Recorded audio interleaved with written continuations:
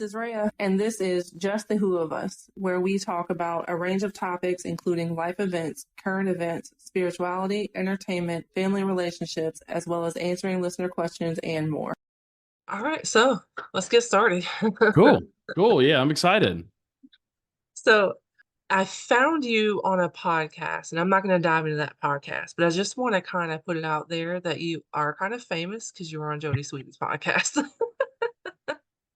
You know what's funny about that though? When I got the call from Bob to be on that podcast, he had mentioned Jodie Sweetin, and I always knew her as the character from Full House. So I went and talked to my wife because originally I was going to fly out to LA to do it, and we have two little kids, and that was just going to be really hard to do. But she's like, "Oh Yeah, my gosh, Jodie Sweetin, like she's really been outgoing and talking about her drug issues in the past and this and that." It's like I had no idea. I always just thought it was Stephanie Tanner. So I was doing a lot of research, and it was pretty eye opening, the work that she's been doing, and it was really cool to be on that podcast, especially as a fan growing up a Full House, and especially Stephanie Tanner. So I thought it was pretty cool. I'm glad you yeah, saw it. yeah. Well, I'm glad I listened to it because it led me to your foundation. Oh my gosh. Excuse me. It Yeah. led me to your foundation and led to this conversation. So it's funny because the podcast is off air, that one, and this was like I don't it was a couple of years ago, right? That you were on it. We recorded it. I want to say like 9 months. So it was released in 2023. I know they have been Okay. doing the Awkward Conversations podcast for a number of years. Hmm. And I think they've kind of changed the formats, like more video. Um, but yeah, Oh, I want to say I know it was like hot outside. So it was probably last summer. I remember it being really hot because like I had to keep the AC off because the mic picks up a lot. mm. And as they were, the controller person was messing with it. He's like, "Can you turn the AC off?" I was like, "I can. I might start sweating, but we'll make it happen." Well, well, enough about that. Let's Yeah. talk more about your foundation, your history, and what you used from your life experience to put back into the world now. Um, so tell us a little bit about, let's start with kind of the background of the foundation. What led to starting this foundation? Sure. So, I always kind of like to start with a thought question, Mhm. because it can be a very complex topic, especially with everything we cover. And if you sort of think back to a point in your life, you've probably been told this, your family, friends, parents have been told this, but somebody has suggested to you that you should change your physical appearance. Mhm. For some people, it's you need to lose weight. As we get older, we hear that a lot, or even as kids. But growing up, it's you need to gain weight or you need to get bigger, stronger, and faster for those athletes. Yep. And so my younger brother Taylor was a student athlete, loved playing sports. He was a great student. At the time, he was carrying a 3.75 grade point average. So he was getting ready to go into his senior year of high school. He began looking at where he was going to go to college and further his education, and also wanted to play sports. And, like so many of our young people, just kind of like I was talking about here a minute ago, he was told that if he wanted to make it to the next level or he wanted to be a starting player on his team, that he would need to get bigger, stronger, and faster in order to do so. And half of the kids on Taylor's team at that time in high school were actively using anabolic androgenic steroids, testosterone, in order to achieve those goals. So Taylor began purchasing anabolic steroids. He was actually buying them at the local YMCA where we lived in Plano, Texas at the time, and began using these drugs. And again, if you think back to school and even today, this really isn't a topic that's covered in classes. And it's not something we're really interacting with our young people about or even adults. Yeah. So this decision he made was uneducated. And about 6 months after he made a decision to begin using these drugs, one of the side effects that could be brought on is depression. As you come off of this testosterone, you have this hormone imbalance in your body that we could discuss later on if you'd like. Yeah. But this depression was serious enough that on July 15th of 2003, Taylor took his life. So he's been gone for almost 21 years now. Yeah.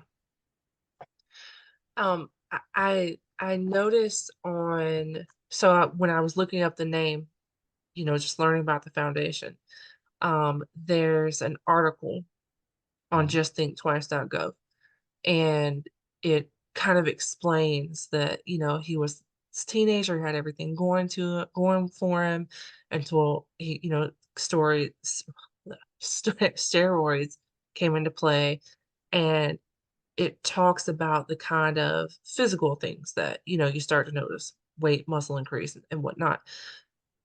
But the things that go unnoticed a lot are the kind of emotional characteristics. And then you kind of couple this with being a teenager, being in school, having pressure and things like that. And I feel like a lot of times it is something that can go unnoticed and just kind of attributed to normal teenage growth, Mm. normal teenage mood swings and things like that. What was it that kind of stood out that was like, "Hey," and I know that, I know what it says in the article, but Mm. I just would rather ask you, Yeah. what was it kinda that was kinda like, wait a minute, this isn't just kind of because this could help other people." What that's kinda like, "This isn't really just normal teenage stuff." Good question. Never really been asked that question before, sort of in this context. So I'm glad you did, because typically we'll talk about it during our programs, or I'll try to share it as we do podcasts, what have you. But Mhm. Taylor is experiencing many of the textbook side effects of these drugs that many of you might have learned, like in health class, when you have like a 30-minute section on this. Yeah. So Taylor would have mood swings, just like any other teenager. And you go back to those days where, you can get very angry and you're sad, and these emotions change very, very quickly, right? And it can happen within, a 30-minute time span.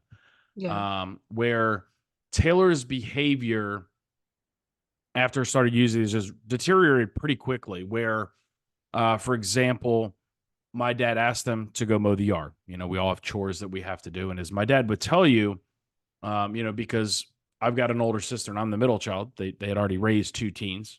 Um, Taylor became so angry, like, no, I'm not mowing the grass right now. I don't want to.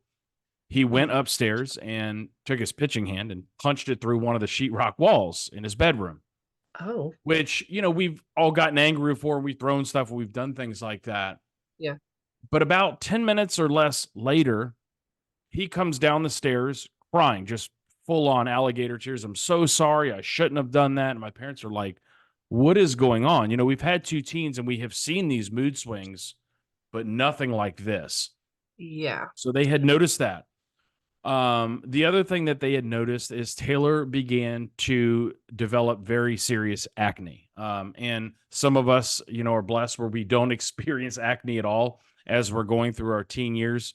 But Taylor's acne was very, very severe, where it's called androgen induced acne. So it would grow all across his chest. It was all across his back and down the back of his arms. Pretty severe. Oh, wow. He was taken to a dermatologist, and they treated him for that. Nobody ever acted like or asked the question like, "Hey, are you on any sort of testosterone or anabolic steroids that might cause this?" Yeah. Um, so those are sorts of things that you would actually see on the outside. The other thing is, my brother was going to the gym sometimes twice a day.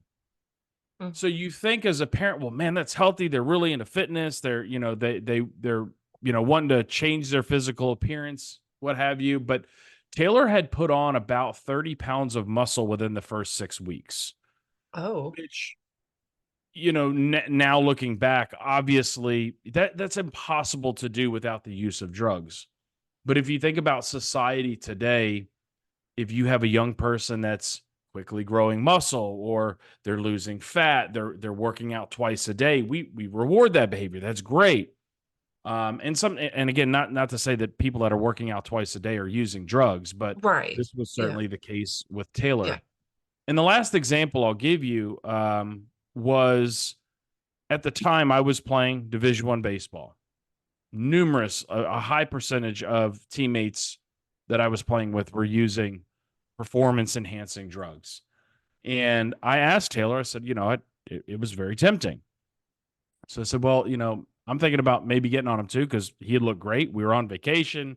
He had his shirt off. Now you could see all this acne and some of the jaundice, but those are just small side effects, right? Yeah. And I remember him, and I'll never forget him telling me this. Said, Don, don't do it. And I said, well, why not? I mean, it's obviously worked great for you. I've got a lot of teammates using.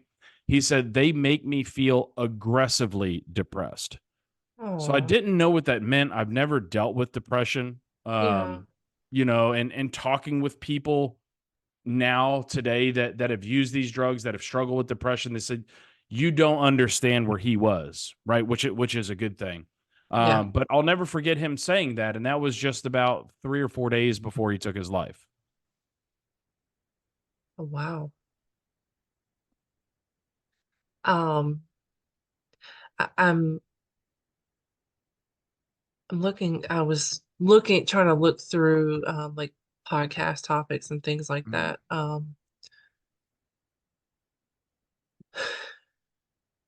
don't know. I'm kind of I've never I mean I have 5 kids.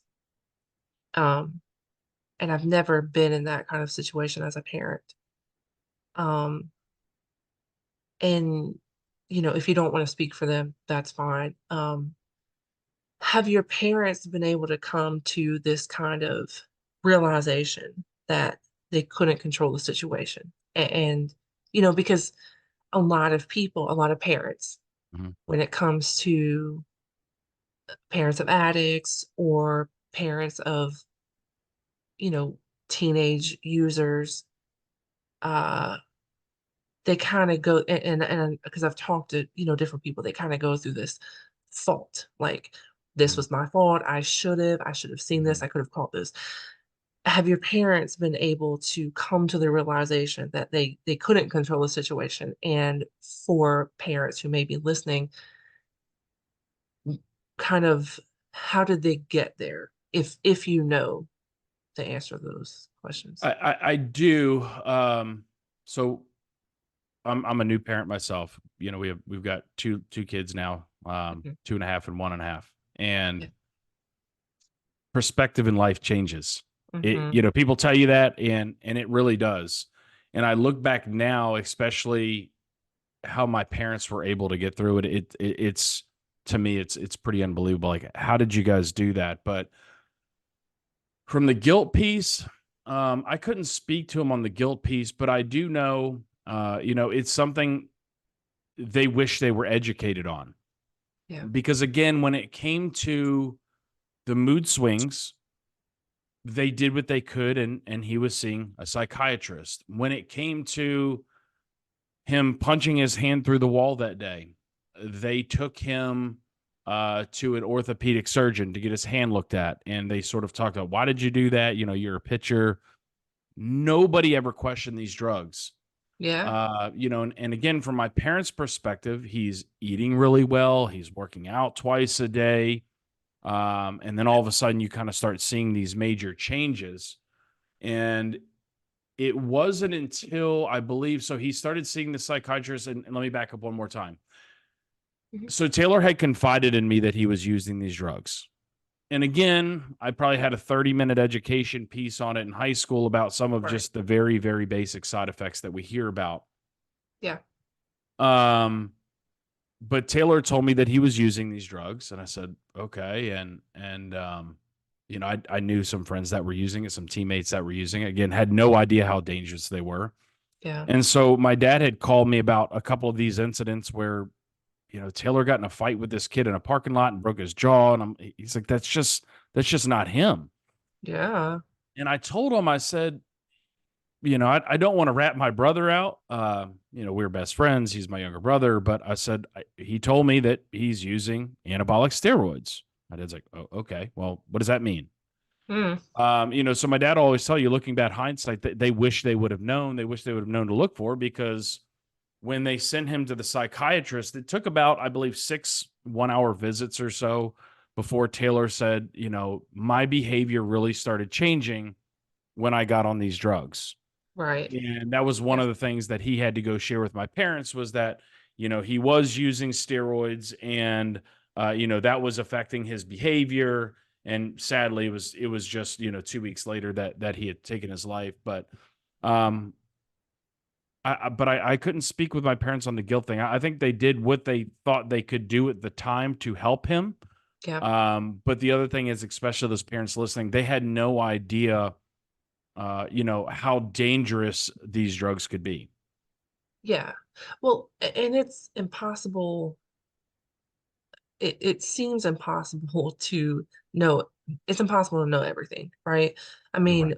we can educate ourselves on everything that we know to educate ourselves on, and there still be this one thing, especially because time is constantly changing, new things are constantly coming Yeah.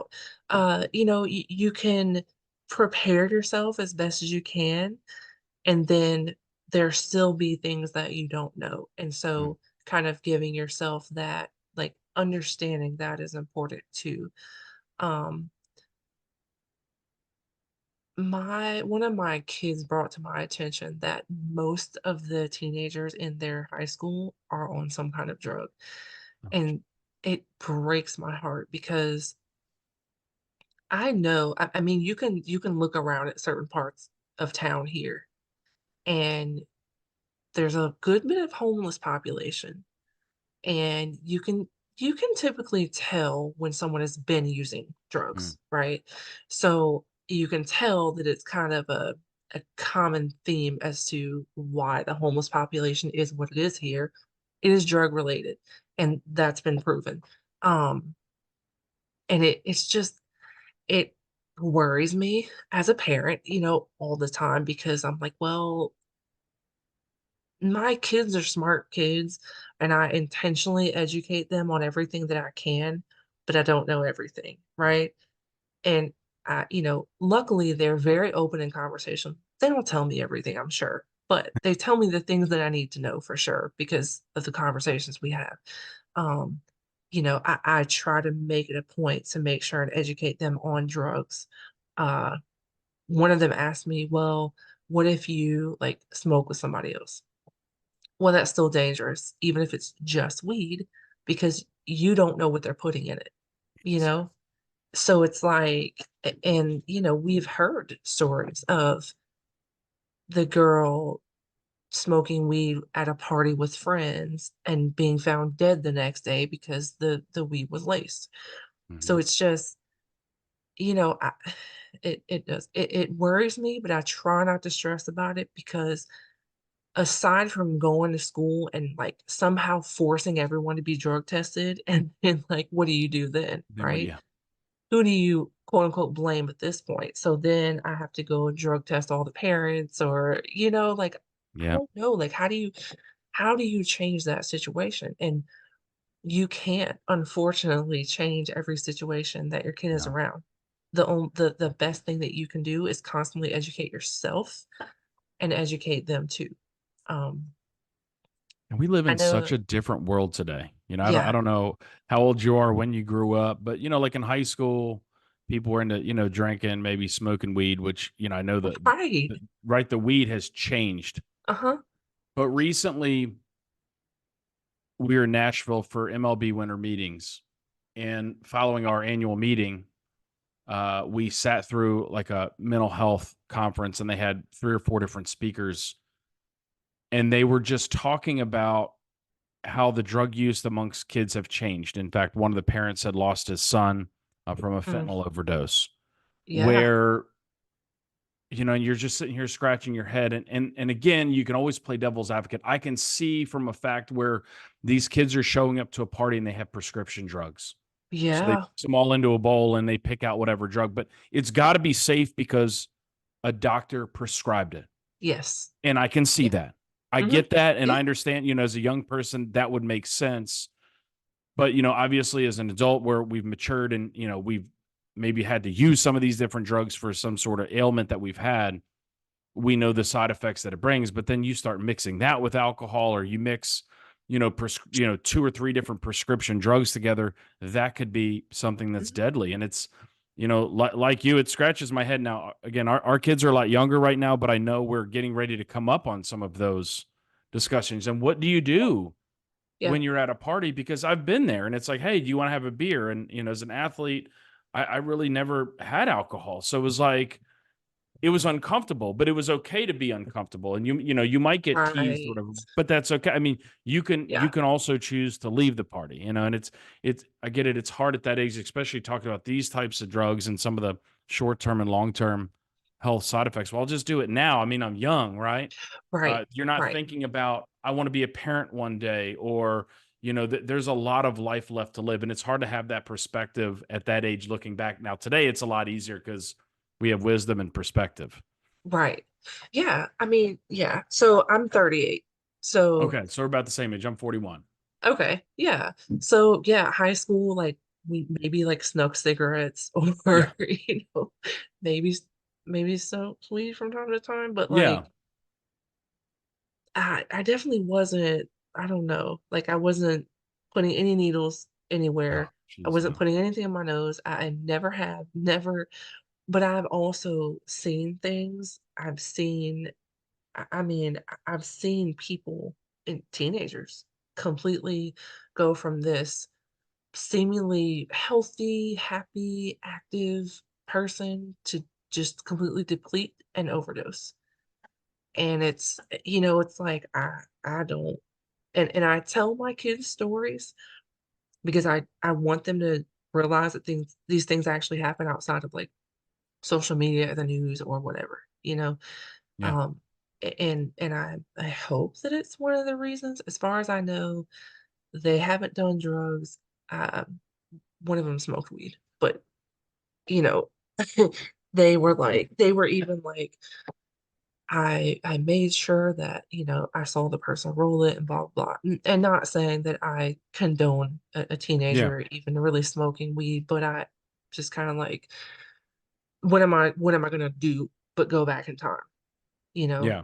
I take that opportunity to try to educate them now, and because people are gonna do certain things, they're gonna Yeah. experiment with certain things, right? Like, Yeah. at least, I mean, my mom was telling me about her high school experiences, and they were definitely not just weed, Yeah. like not to like put her out there, like, but you know, so it's like I don't know, you pick and choose. And in the beginning, I was like, shit, I think I'm supposed to be like raving at you about smoking weed, but you're also sitting here telling me how careful you were. You actually listened to the things that I Yeah. taught you.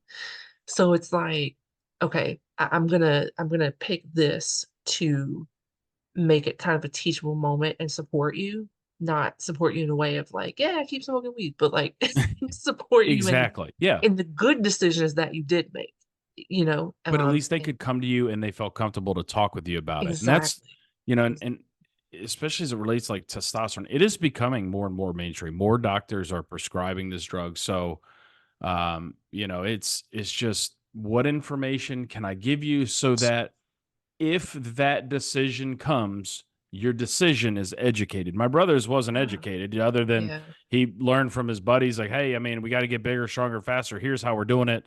Yeah. 3/4 of the guys on my team are using it at the time. This was 2 years before the MLB hearings. All you were hearing about, my brother's a baseball nut. You were hearing about all the performance enhancing drugs being used in baseball. And this isn't a sort of drug where, you take an injection of testosterone and it's going to kill you, like Right. instantly. I mean, it's, the long-term use of this stuff, I mean, can cause all sorts of health issues, including issues with our cardiovascular system. But again, that's hard to see the perspective at 16, 17 years old. You're not thinking about being, 25, 30, or even 40 years old. So Yeah. I just think the best thing we can do. And again, like, I've always was comfortable talking with my parents about drug use or alcohol use or anything like that. And I just think, me as a parent, I just hope that I can do that with my kids, where they would feel comfortable. Hey, I was at a party. Look, I smoked a joint. Yeah. Because obviously there's something in their brain telling them, like, okay, mama talked to me about this. I know, at least the decision was educated. She's Right. talked to me, and now I need Yeah. to come talk with her about it. You know what I mean? But at Yeah. least that seed was planted, where a lot of kids, that seed never gets planted, sadly. Yeah. They don't know any better. Right. Right. Yeah, and one thing I try to teach my kids too is like not everybody has parents, right? Yep. Not everybody has active parents, not everybody has Mhm. educated parents. And sometimes uneducated kids will try to influence other Mhm. kids. And you being an educated kid is kind of your responsibility to say, hey, you know what? Let me, do you know actually what this could do to you? Or, I know a lot of times that's not a conversation a teenager wants to have with a teenager who's Mhm. trying to get them to do something, right? Um, but you can say no, and you can also say, "Hey, you know what? This I actually learned this about this, Mhm. and I care about you, and I think maybe you should think about this before you do this yourself," or something like Yeah. that. Yeah. One thing that I having a podcast, I'm in my second year. Yeah, I'm in my second season, and sometimes I'm like, okay, I gotta like make sure I find things to like keep this going, keep, Yeah. having things to talk about and whatnot. And mine isn't tailored to specifically one topic, so it's a little bit easier to do. But I'm looking at your 112 episodes, and you know, one thing that I liked about it was the fact that you keep this conversation going and you found a way to, hey, this life experience happened to me. This is what I want to put out into the world, and I'm gonna find ways to keep on driving this topic. Um, Tell me a little bit about the podcasting component and what kind of got you into that. Sure. So we started our podcast in 2019, and I want to start laughing because Tavis, who's a sports dietitian, we've been a long-term friend. He works for us and all that. He said, "Don, why don't we have a podcast?" And I'm like, "Okay, I've heard of these. I never listened to one." And now I'm like a junkie. I don't listen to music anymore. I'm always listening to different podcasts, right? So there's so many out there, and there's a lot of really interesting stuff. And you get to hear from people that you likely would have never have heard from, right? So there's Mhm. there's so much content out there. Yeah. So I said, okay, so how are we going to get this thing going? Like, what kind of equipment do you need? And so you start doing all of your research. And I was like, okay, well, we work, I'll back up and kind of share a quick story. You Mhm. might see the Alex Rodriguez jersey behind me. Yeah. So for a couple of years, we worked with Alex Rodriguez. He was, making contributions, and we were using those funds to go out and do education programs. And if you're a baseball fan, you know how that story ends. He was implicated the second time for performance enhancing drugs, served a 1 year suspension, and we had to cut ties. So what we did was we formed our All Me League, right? We wanted to find athletes that are doing things the right way that would voluntarily step forward to help be role models for young people. And because again, it's easy to hammer on the athlete that made the bad decision to use performance enhancing drugs and they get highlighted. Meanwhile, the majority of your professional athletes out there that are doing things the right way. So we wanted to Yeah. be able to highlight those folks. And we started reaching out to some of these Major League Baseball players. And I'll never forget, like, I think the first guy I reached out to was like CJ Wilson. He finished up his career with the Angels, I believe. And then Jamison Tyon, who's still playing. And so we're like, hey, we're going to start this podcast. Would you guys be guests? And I remember CJ texting back, yeah, when do you want to start? I'm like, okay, we don't have any equipment yet, right?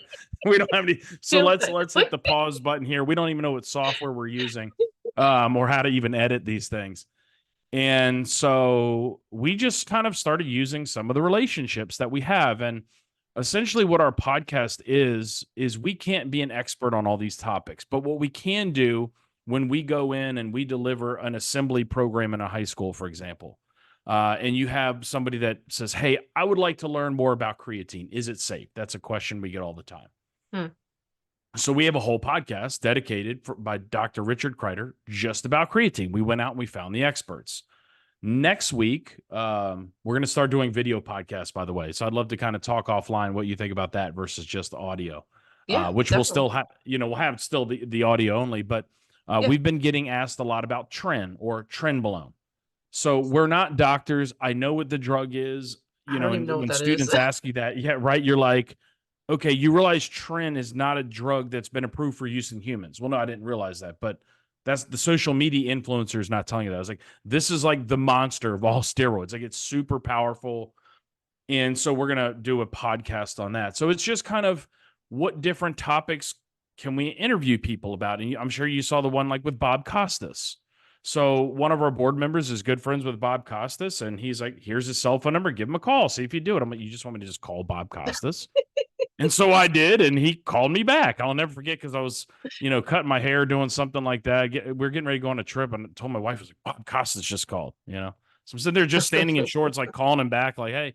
But he was obviously easy to interview because that's just what he does. So we just try to have all of these different topics. So as we're talking with young people and adults and they have further questions, we can send them to the experts on our podcast where we've interviewed them. Nice. Okay. Um, excuse me. Is there, we got about 20 minutes. I want to make sure and ask questions that aren't like your typical questions. I want Done a people good to job really of get that. to know. Thank you. Yeah. So I do want to discuss the foundation, but I wanted to kind of let everybody get to know you and what kind of led up to the things that you do. Um, I also want to know too, how would one get your foundation to come and speak at a high school? The best way is either to visit our website, taylorhooton.org. It's all O's. If you just Google Taylor Hooton steroids, it'll come up. And we have forums there where you could reach out to us, or our the easiest website is, or email address would just be info@taylorhooton.org to inquire about a program within your community, whether that's students, nurses, law enforcement, even just a group of parents would be great to talk with. Perfect. And all right, so the foundation. Tell us just a kind of overview of, we know how and why we got here. Tell us a little bit about the foundation, exactly what you do. Certainly. So we are a 501c3 nonprofit organization, and we were formed officially in 2004. And our sole purpose in life, our mission is to enlighten the world to the truths about appearance and performance enhancing substances. But we do that through a couple of ways. Our website, if you come to it, has just as much information as we possibly could have put on there. We're on every single social media site. We just finally got on TikTok. I know we're really late to the game, but it was sort of one of those necessary deals. So that we're kind of learning through that platform. And we have our All Me Assembly programs where we'll go into schools and we'll talk about appearance and performance enhancing substances, and that's everything from the world of dietary supplements to anabolic steroids to human growth hormone to SARMs, or selective androgen receptor modulators. These are little things that your kids are probably talking about right now and have some knowledge on it. And also our podcast. So our main goal is just to impact people and provide them even with just the smallest bit of information we can. So at some point in your life, you'll either be influenced to try and use one of these drugs, or you might walk into your doctor's office as we get older. Hey, you have low T, or you need to get on hormone therapy. Whatever the case might be, you are educated about the side effects of what these drugs can do. Yeah, because you make a good point. Not all of it just comes from other kids, right? Yep. Some of this stuff can be gotten from a doctor, Yep. and most of us, I feel like, have learned more commonly over the years that it's just as easily to get addicted to prescribed medication as it is to find something on the street. Yep. Yep. And, where, these are a Schedule III controlled substance. So there are legitimate reasons people need to be on Yeah. testosterone. Sadly, as you know, especially doing your podcast, and I have some folks I could have you interview about this, but Okay. these drugs are, and really any drug, but as I'm going to stay in my lane here. Is with performance enhancing drugs, they're readily available online to be purchased, especially on social media sites. It's almost like the drug dealer has left the streets and has entered the four walls of our home. Yeah, 100%. Yeah. Um, before we wrap up, is there anything else that you would like to touch on? No, I think we covered it just for parents out there, even young people that are listening. This is really, especially with these types of drugs, it's kind of morphed from athletics to the number one reason young people and even adults are turning to the use of these drugs is for body image. It's to look better and feel better about myself. Yeah. And after losing somebody, to suicide, mental health is a real big issue out there. And I like to always tell young people, please ask for help. You're not alone. I can promise you that. Or even adults. I mean, it can happen to Yeah. us, right? Yeah. And Yeah. so, it's like, please ask for help. There's more resources today than ever. And as you know, growing up, if there was a mental health issue, it was like, hey, go deal with that on your own, right?